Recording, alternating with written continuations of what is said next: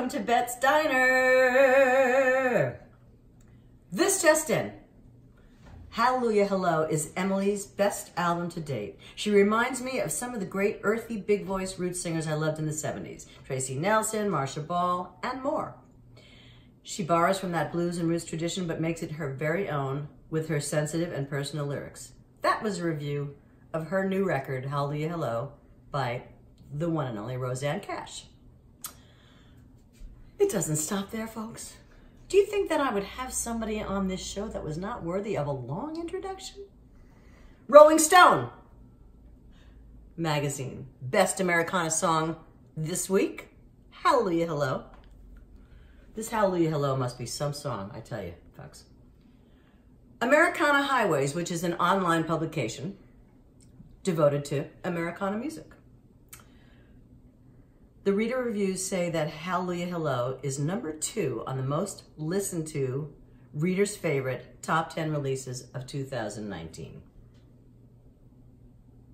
Ladies and gentlemen, Ms. Emily Duff. In a moment like this, when you feel this power, you know, Hallelujah Hello.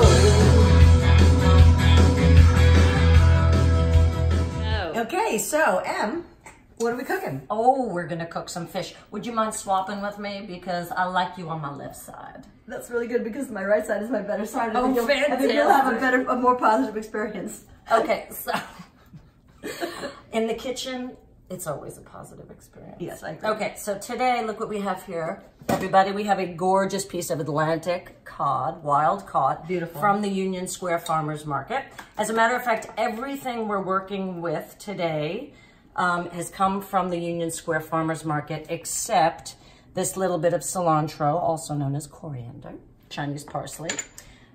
We are working with cardamom, seeds and pods, and these are broccoli sprouts. These did not come from, although they had them at the market. You can get lots of different sprouts at Windfall Farms, sunflower sprouts, pea shoots, all kinds of lovelies. I go there a lot when I go there with my friend Marcy, who's vegan, and so she's a sprout maven. So. I hear we have a vegan in the house at this very moment. We do. Don't get upset. Don't get upset, vegan person. Okay, so Cheryl! what we're working with today is Look at all these beautiful roots. radishes. Now, because you are a fine musician, I thought that what I would do would be to take what we're doing today with this lovely piece of Atlantic Cod and pair it with a bunch of radishes, because what we're getting now at the green markets, we're not getting anything that comes up out of the ground, obviously. We're getting stuff that's coming out of root cellars. So we have a Bordeaux radish, we have a green meat radish, a watermelon radish, Spanish black radish, and daikon radish. So how many varieties is that? 1, 2, 3, 4, 5. That's a quintet. That's a quintet of That radishes. would be a quintet. And just for color, look what we have. We have these gorgeous carrots from, who did these come from? Oh, heck, I can't. Oh, Tamarack Hollow Farms. Thank you, Tamarack Hollow Farms. And for good measure, because fish loves sweets, we're gonna put a little bit of this lovely organic spring onion, because spring is upon us. I'm gonna start chopping because that's what we're gonna do. But before we even do that, our fish is almost at room temperature. So what we're gonna do is we're gonna season the fish with some salt and pepper. And I want people to know that you wanna season liberally. There's one thing that really just kind of bums me out, and that's food that has not been seasoned. Okay, so we're just gonna let that cod sit there peacefully. And we're gonna do a little bit of chopping here. Now the nice thing about radishes is they mellow as you cook them. Yeah. And I'm always advocating for radishes to be cooked, and people are like, oh, cooked radish, that's odd. But they mellow really nicely. This is the watermelon radish, which is always just such a treat. So when you started cooking professionally, before you started cooking professionally, weren't you working with some farmers Some local farmers That actually market? happened, the farmer's market happened after I started cooking professionally, because this is the funny thing. I went away to college. I went to SUNY Purchase. I got a degree in feminist theory and performance art. Of course you did. Yes. And then I came into the city, graduated. You know, I heard that leads to harder things. Yes, it does. Yeah, it does. Like a music career. Yes, it does. But when I graduated with my big fat degree in feminist theory, the plan was, I was going to take the summer off, and then I was going to go to downstate medical. I was going to become a nurse practitioner, midwife, and deliver babies. That's what I was going to do.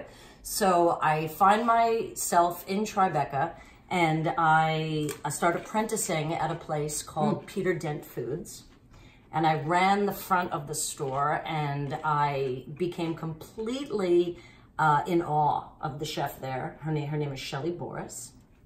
And I completely fell in love. And to go from, this is the big irony, is that I graduated with a degree in feminist theory, and I wound up in the kitchen. Right, which is the irony there is not. Yes. The irony is not lost on us ladies here in the house. But I truly felt like I had found my calling. Right. I was surrounded by people who just had reverence for ingredients and took their ego completely out of the equation. And it was about, let's raise up the ingredient, let's make the ingredient the star, let's make the customer or the guest who was buying the food the star. So it was all about, I don't matter here. I don't want to change the food. I just want to enhance it. I just want to do a little bit to it to make it shine. I want to give the people what they want, which is actually how I look at songwriting. Well, they're the same. I mean, music. I mean, there's no, it's no confusion as to why you and me both. Mm-hmm. Although I was never a professional chef, but I've been cooking for a long time. But they're the same thing. It's creative. Look what's happening. We're creating something beautiful here out of great ingredients. Right. All of these beautiful root vegetables that are the star of the show. And, you know, it's funny, the accordion player in my band, Charlie Giordano, the great Charlie Giordano, who also plays with Bruce Springsteen in his band. I allow Bruce to use him. Nice of you. So Charlie and I always talk about how, you know, when you get on stage to play the song. You don't get on stage to play guitar. Right. You get on stage to serve the song. And if you show up to play your instrument, then you might be there for the wrong reason. That's an interesting way to, I've never heard it put that way, but I like it. Yeah, it's like lovely. It. So you had a restaurant. You had a cafe years ago, Back in 1993, I had the first complete farm-to-table restaurant. Henrietta's Feed and Grain. Yes. Which is not there anymore. No, unfortunately it's not. It's what I used as my kitchen, and I was cooking on camping equipment, is now a coat closet in a lesbian bar.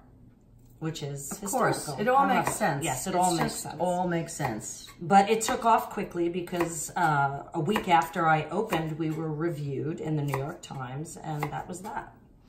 So that was the beginning of the career.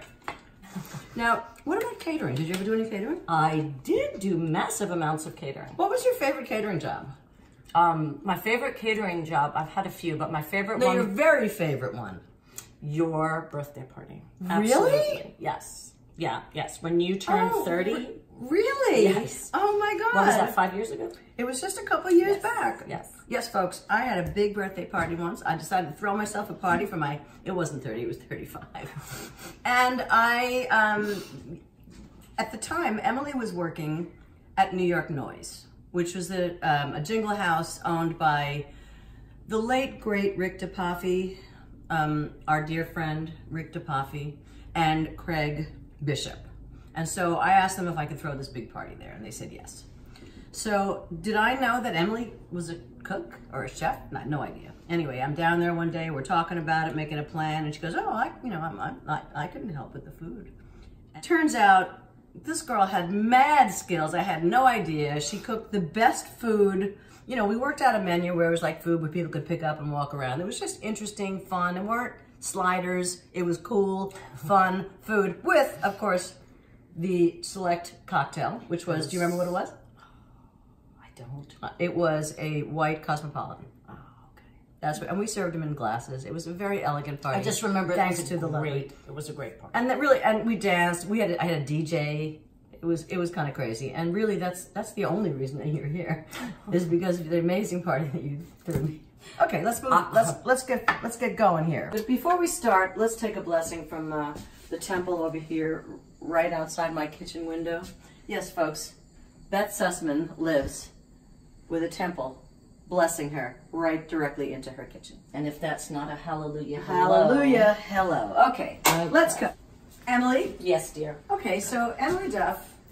You don't mind if I use this, do you? No, please use it. Go ahead.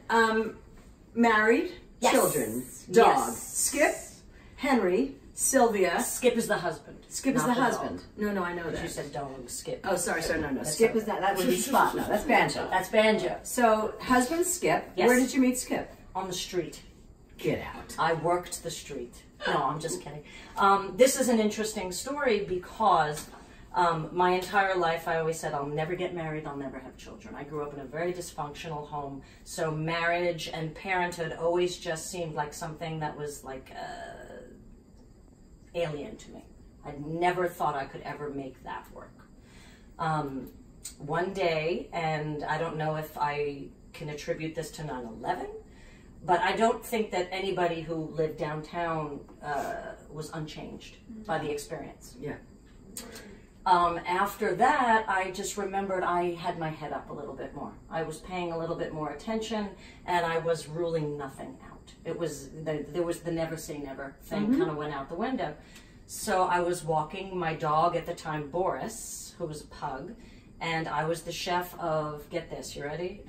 The only Australian restaurant in North America at the time. It was called 8 Mile Creek. I was about to go back to work that evening, and I run into my friend Charlie, and he's with this fine-looking, tall man. So I looked up at Charlie, and I saw this man, and the first thing, I heard a voice in my head, and I've never had this experience before. The voice in my head said, "I've been loving you my whole life." God, get out. And it was, oh, okay, I guess that's it. We looked at each other, and it was like we found each other. We had been looking for each other, and there we were.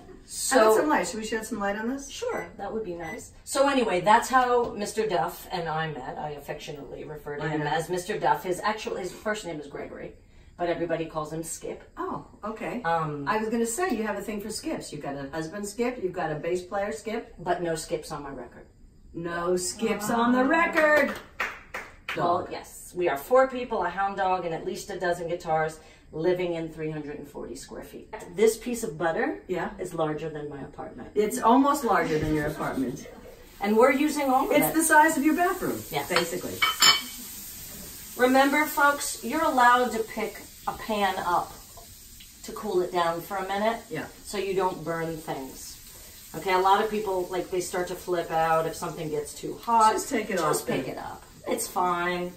And people say to me, "Oh, you know, you're such a great cook. What can you teach me? I'm so afraid. I'm so this." Do you know what my first rule of cooking is? Don't be afraid. Well, that's the thing, because the first law of cooking is you are smarter. Thank you. You are smarter than the stove. That's my hair.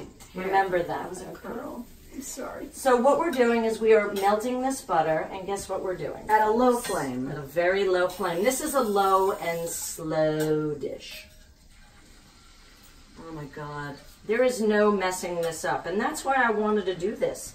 Because people say to me, "Oh, fish is too difficult. I can't cook fish. I always get it wrong. I overcook it." I know. People are afraid of there is no overcooking this, and it's fun. We should write a book, Fear of Fish. Like there's fear of flying, now fear of fish. I Perfect want to job. ask you a question. Yes, my dear. Okay, so we're using a salted butter. Yes, I like Now, salted normally, butter. you know, when I'm cooking, I would use a non-salted butter for most everything. You see what I'm doing? So that because I season now, she is bathing her fish right now. She's giving her fish a butter bath. So And how hard is that? Is she doing anything that you can't do at home? No, it's so it's easy. so lovely. She melted butter. She cut a piece of cod in half. She seasoned it with salt and pepper, and now she's bathing the fish. That's all. And we're not cooking. We're at low flame. Oh, baby, yes. Low and slow. And you know what? It's very seductive, and it's lovely. It's tactile. You're involved. It's not like, oh, I hope I take it out in time, because there's no taking your eyes off of this. You're constantly loving this piece of fish, and you'll taste it. You're going to taste how much you're loving this piece of fish. You know what I'm going to add to this? I'm going to add some cardamom seeds. Okay, these are cardamom seeds. Now, you should not be afraid of this spice, cardamom, which is found in a lot of your Indian cooking. It's a fantastic spice. You can take these pods. What I do, this is a dish that I make where I take cardamom pods and fennel seed, and I put them through like a mini, like a little food processor thing, just as a spice grinder. And I use these. You don't really want to chew on a pod.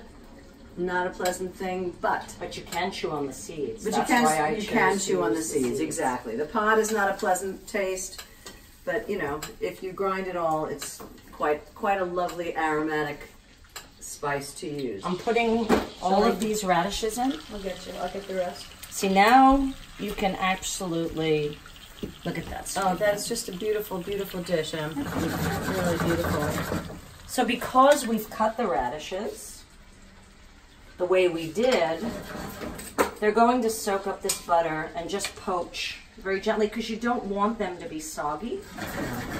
Which is why you put them in toward the end of the cooking of the fish.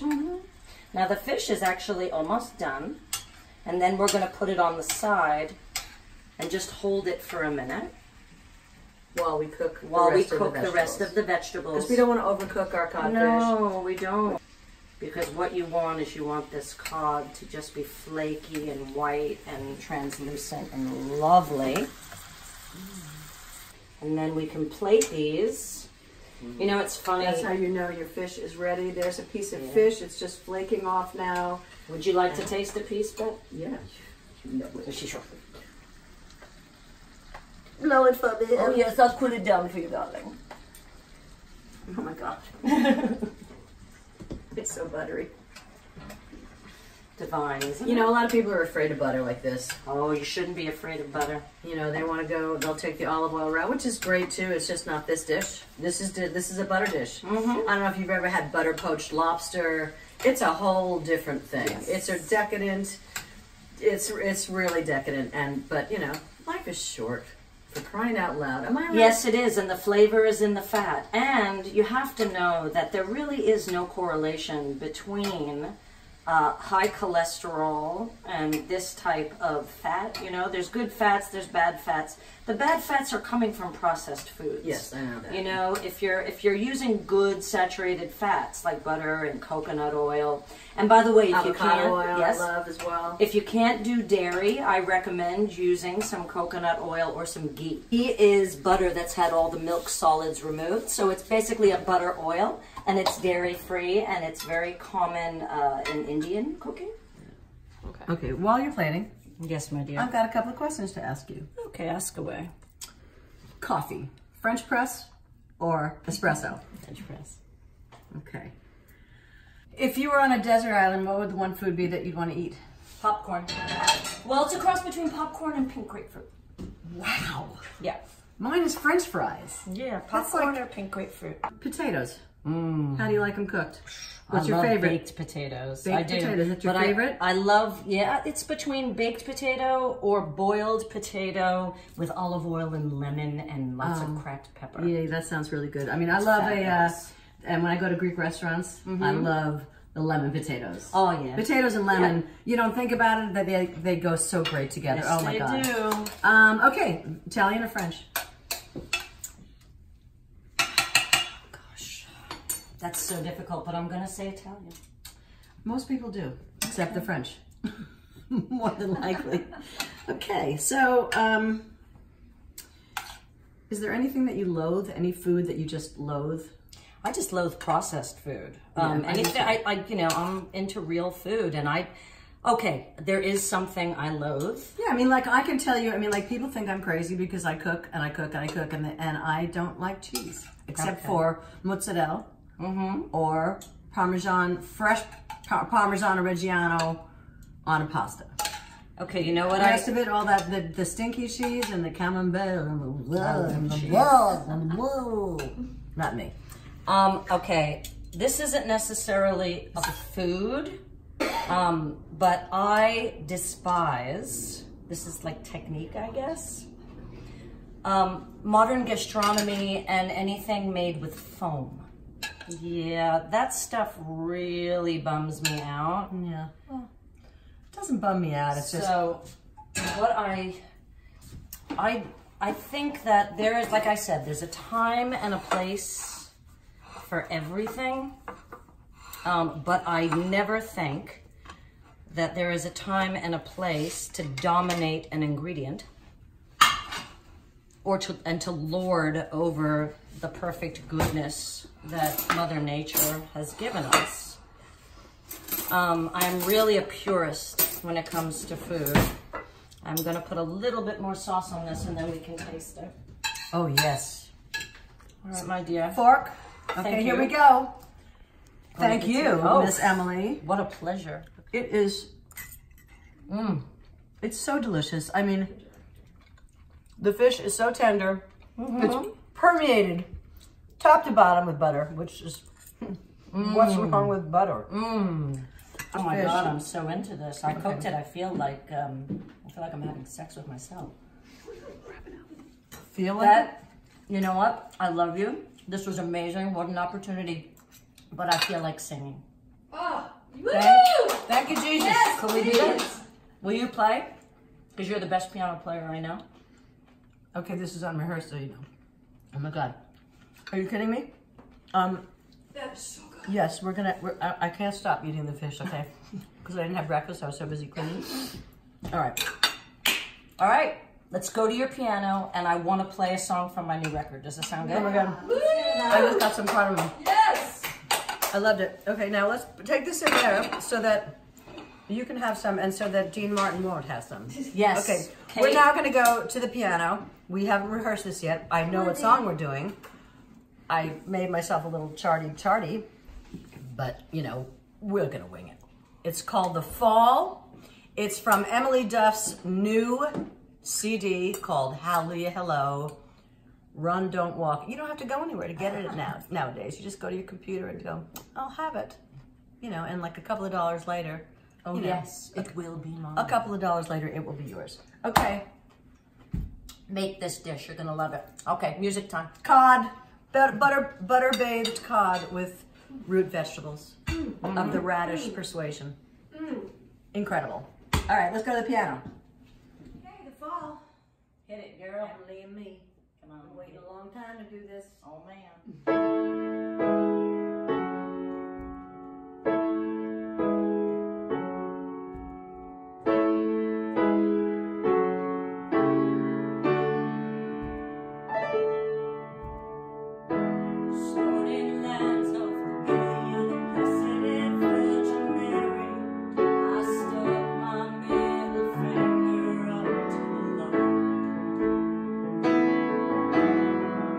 Even Jesus Christ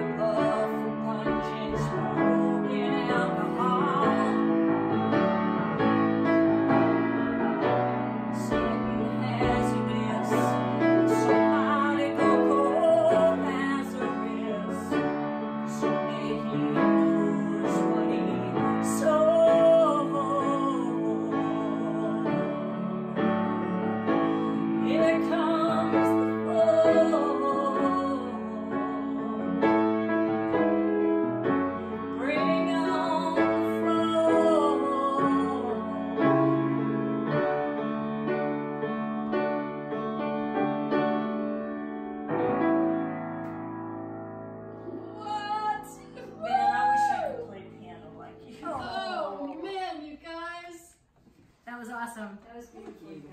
Oh, man. Emily Duff has a gig coming up. I do.